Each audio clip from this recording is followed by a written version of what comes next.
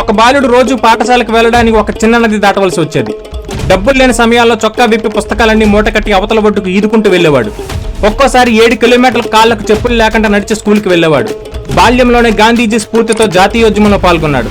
చాలా చిన్న వయసులోనే జైలు చూసిన యువ నాయకుడు. స్వతంత్రోద్యమంలో మొత్తం 9 సంవత్సరాలు జైలు శిక్ష అనుభవించాడు. ఆయన ప్రధానమంత్రి అయిన తర్వాత కూడా ఆయన కొడుకులు సిటీ బస్సులోనే ప్రయాణించేవారు. పిల్లలు ఒత్తిడి చేస్తే ఇష్టం లేకపోయినా అక్కడక్కడ అప్పులు చేసి ఒక ఫియట్ కారు కొన్నాడు. కారు కొనేందుకు చేసిన అప్పు ఇంకా 4,600 రూపాయలు ఉండగా ఆయన మరణించాడు. ఈ విషయం తెలిసి దేశవ్యాప్తంగా అభిమానులు ఆయన భార్యకి మనీ ఆర్డర్ చేశారట. 2 సంవత్సరాల పాటు ఆమె మనీ ఆర్డర్లు అందుకున్నారట. కానీ ఆమె డబ్బు పంపిన ప్రతి ఒక్కరికి కృతజ్ఞతతో ఉత్తరం రాస్తూ డబ్బును కూడా వాపస్ పంపించేశారట. దేశానికి ప్రధానమంత్రి అయ్యుండి జీవితాంతం సొంత ఇల్లు కూడా లేకుండా జీవించారు. ఆయన ఎవరనేది ఇప్పటికే తెలిస్తే కామెంట్ చేయండి. ఛానల్ సబ్స్క్రైబ్ చేయడం మర్చిపోకండి. ఆయనే జై జవాన్ జై కిసాన్ అని నినదించిన నిజాయితీకి నిలువెత్తు నిదర్శనం లాల్ బహదూర్ శాస్త్రి గారు.